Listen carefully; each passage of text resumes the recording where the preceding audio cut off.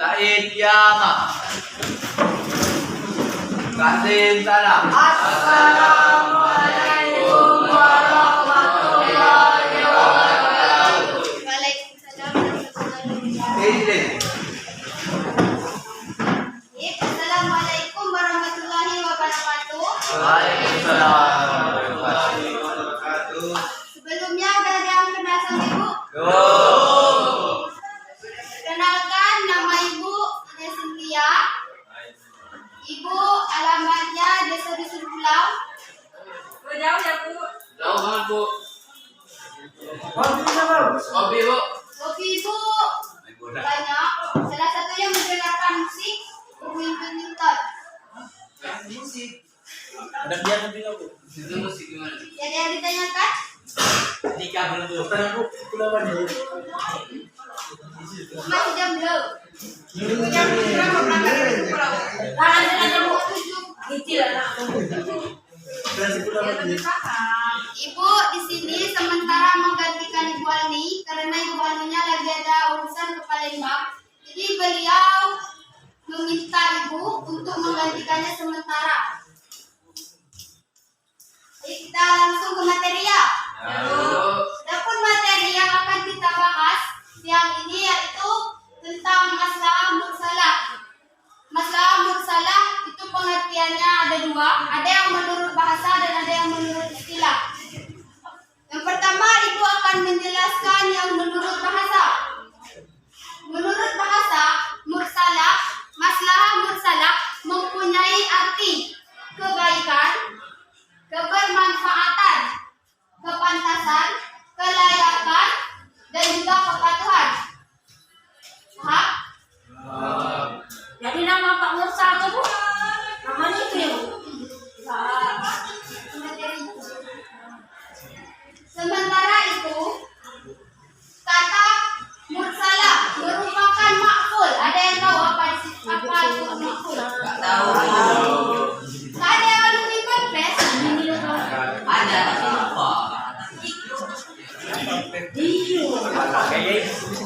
Tahu? Makful itu sama seperti makna. Makna dari kata arsala yang berarti terlepas atau terbebas. Paham? Apa? Bu. Sementara itu, kata mursalah merupakan makful atau makna dari kata arsala yang berarti terlepas atau terbebas. Kenapa?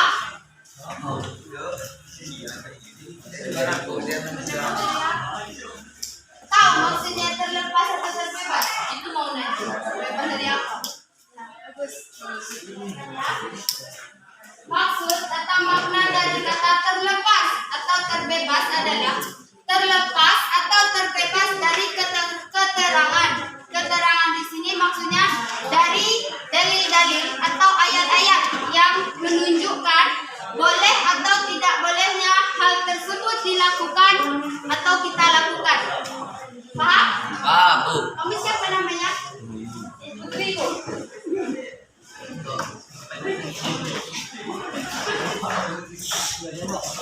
Coba jelaskan apa tadi masalah mursalah yang menurut bahasa. Kamu perhatikan? Kenapa enggak perhatikan? Ulangi ya. Menurut bahasa, masalah mursalah itu berarti kebaikan, kebermanfaatan, kepantasan, kelayakan, dan keselarasan serta kepatuhan. Paham? Kamu kenapa bengong? Ada catatannya? Baik, di sini paham yang menurut bahasa? Kelayakan, kepantasan, keselarasan itu dalam segi apa tuh? Menetapkan hukum. Kemudian yang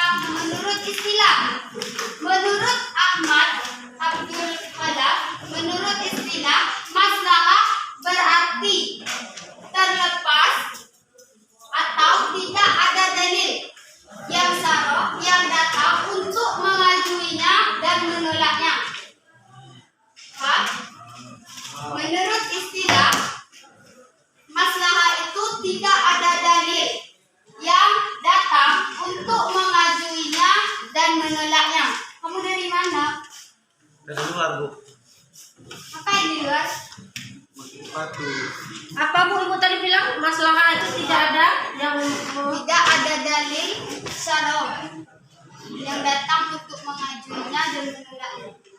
Tidak ada dalil syarak yang mengajukannya dan menolaknya. Jadi kayak mana tuh? Jadi bisa diambil jadi sebagai sumber hukum kita nih. Bisa. Kan tidak ada dalil, tidak ada ini yang menolak. Tergantung itu ya. Kan masalah bersalah itu sebagai ketetapan hukum yang harus membawa manfaat atau kebaikan untuk orang lain. Boleh Ibu kasih contoh ya? Ya Bu.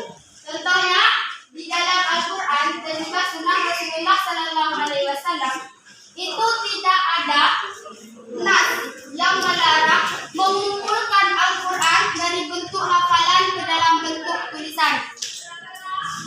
Contohnya lagi, dulu di zaman saat di masa Abu Bakar itu para sahabat mengumpulkan dan menuliskan Al-Quran dari bentuk hafalan ke dalam satu nas. Nas di sini ada yang tahu apa itu nas? Teks enggak? Teks terus? Ada yang tahu?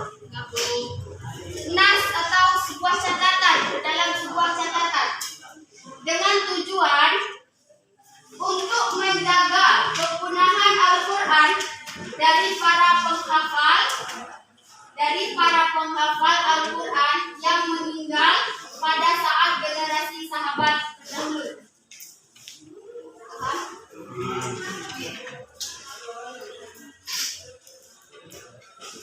Pengertiannya sama contohnya udah paham semua. Tanya. Paham? Paham? Paham Bu. Nah, masuk poin yang kedua ya, yaitu ulama yang menerima dan menolak masalah mursalah sebagai sumber hukum. Ulama yang pertama ada jumhur ulama, itu mereka menolak masalah mursalah sebagai sumber hukum. Ada yang tahu kenapa jumhur ulama itu menolak masalah mursalah sebagai sumber hukum? Enggak Bu. Tidak. Ada catatan tak? Ada. Kamu bukunya mana?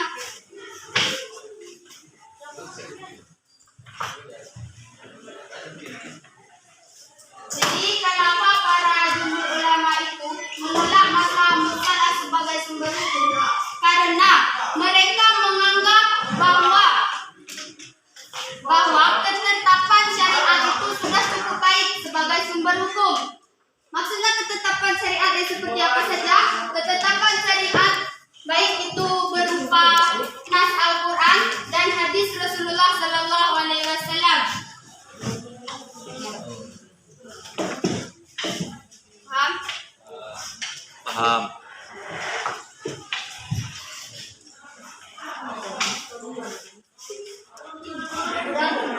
Kamu coba kamu jelaskan kenapa jumhur ulama tadi menolak masalah mursalah sebagai sumber hukum. Gak tahu. Mau memperhatikan ibu.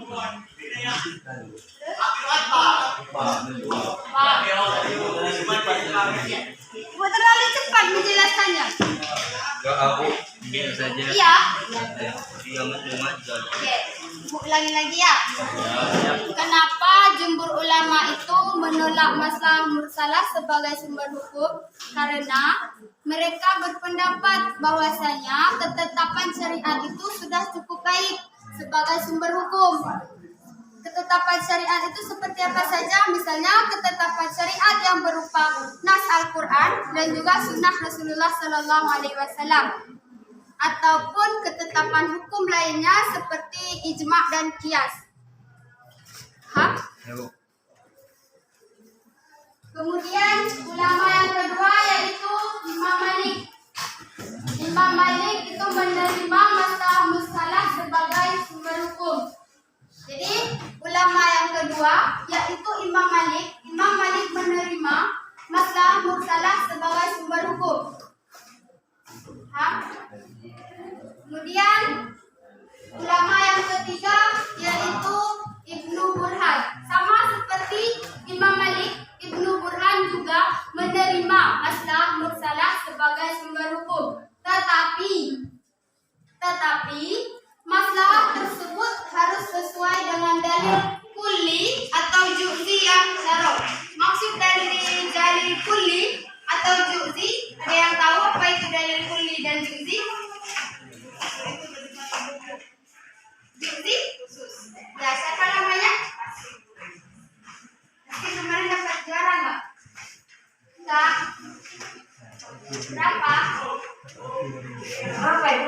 pengertian. Satu. Aku nanya-nanya kenapa mau ngasih hadiah? Ya, kalau kamu dapat juara satu lagi nanti kasih hadiah. Jadi yang memakai masalah itu Khalid Dan Ibnu Burhan. satu lagi yang memakai Yang menolak yaitu jumhur ulama. Ya, paham? Burhan yang depan. Paham?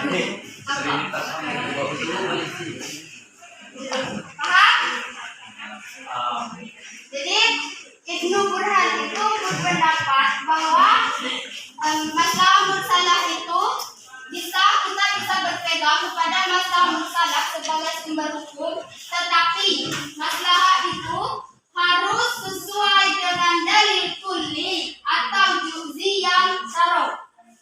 Tapi gimana Bu misalnya kalau itu masalah mursalah itu tidak sesuai dengan dalil kulli atau dalil juz'i? Jadi jika masalah mursalah itu tidak sesuai dengan dalil kulli atau juz'i, maka kita tidak boleh berpegang kepada masalah mursalah sebagai sumber hukum. Paham? Coba kamu sebutkan ulama yang menolak masalah mursalah sebagai sumber hukum. Tak tahu, barusan Ibu jelaskan. Apa?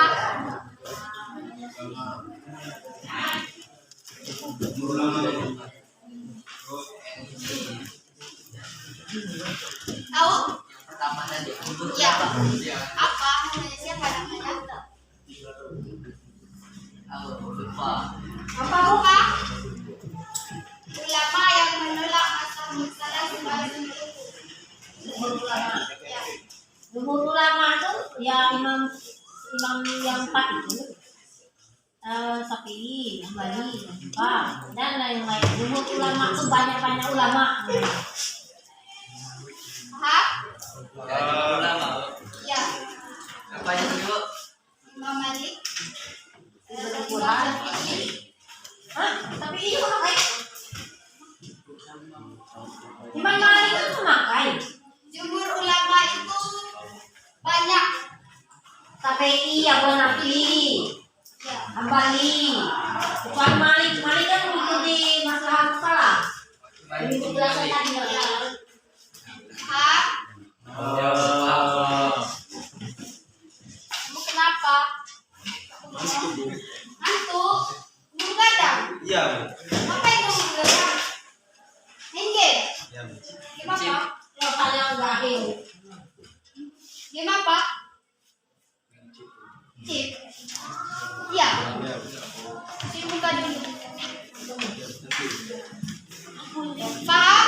Ulama yang menolak dan juga yang menerima masalah mursalah sebagai sumber hukum. Paham? Paham? Kemudian kita masuk poin yang ketiga, yaitu syarat-syarat masalah mursalah. Yang pertama, itu ada 3 syarat ya.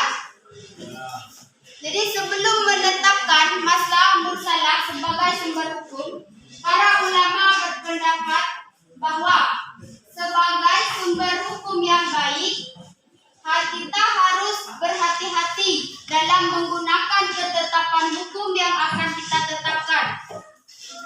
Paham? Karena apa? Kita harus tahu bahwa ketetapan hukum yang akan ditetapkan itu harus bisa membawa manfaat atau membawa kebaikan dan menolak kemudaratan atau menolak keburukan. Paham? Adapun syarat-syarat masalah mursalah sebagai sumber hukum, yang pertama yaitu masalah itu harus jelas dan pasti. Jadi bukan hanya berdasarkan anggapan, perkiraan seseorang saja. Dan masalah mursalah juga harus mementingkan kepentingan atau kebaikan atau manfaat untuk orang lain juga, bukan berdasarkan atau demi kebaikan atau demi untuk diri dia sendiri saja, tapi untuk orang lain juga. Dan masalah mursalah harus mampu menolak kemudaratan atau keburukan.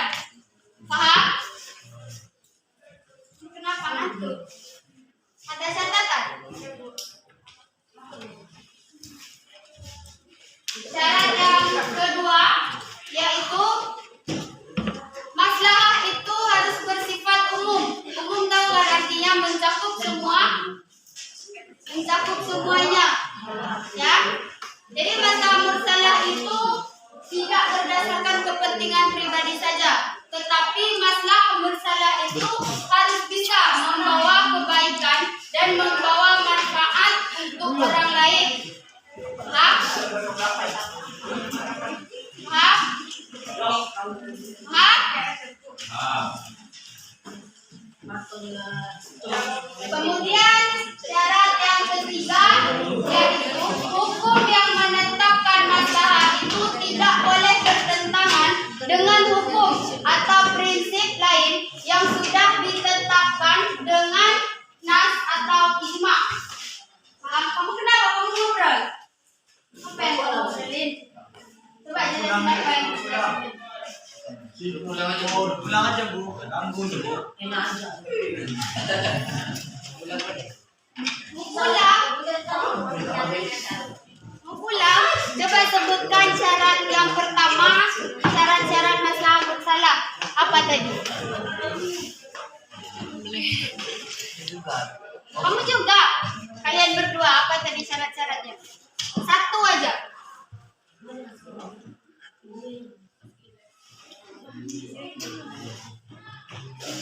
Nggak tahu?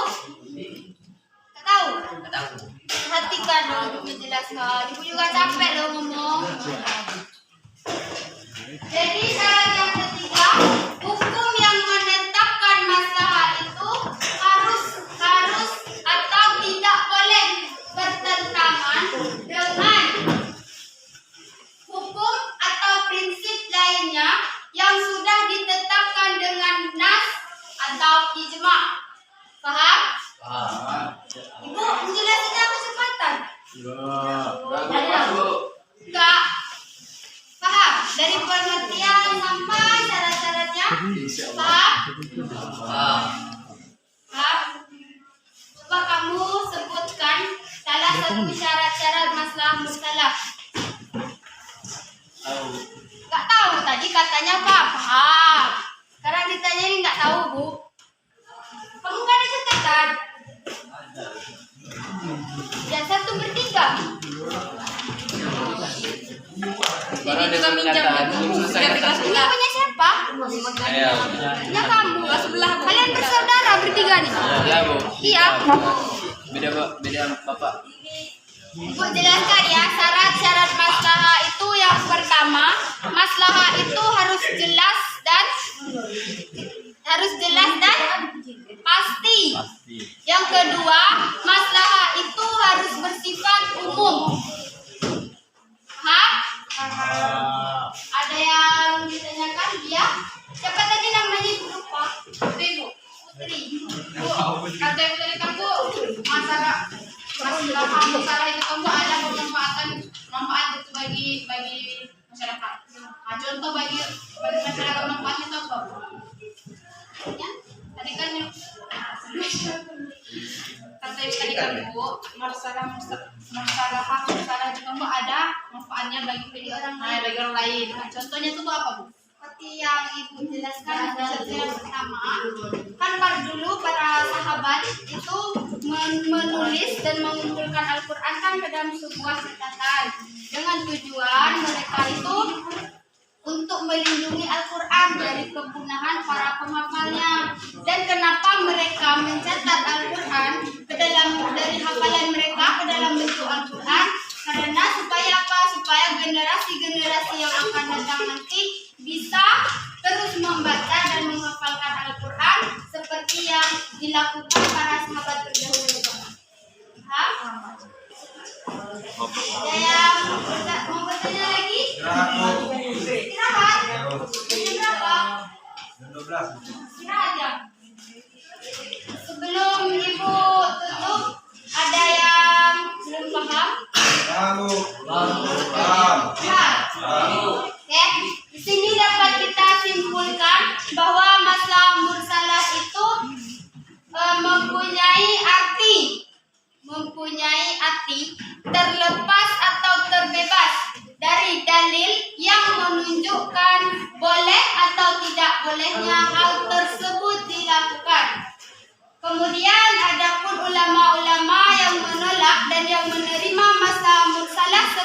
sumber hukum. Yang pertama ada jumhur ulama, mereka menolak masalah mursalah sebagai sumber hukum. Kemudian Imam Malik yang menerima masalah mursalah sebagai sumber hukum. Ulama yang ketiga yaitu Ibnu Burhan. Ia juga menerima masalah mursalah itu sebagai sumber hukum.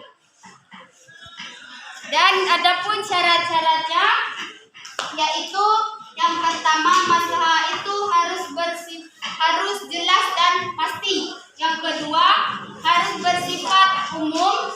Yang ketiga tidak boleh bertentangan dengan hukum yang sudah ditetapkan dengan nas atau ijma. Baik, karena waktunya sudah habis, kita akan lanjutkan lagi di pertemuan yang akan datang. Ibu akhiri, wassalamualaikum warahmatullahi wabarakatuh. Waalaikumsalam warahmatullahi wabarakatuh. Kita ikhlas. Terima kasih. Assalamualaikum.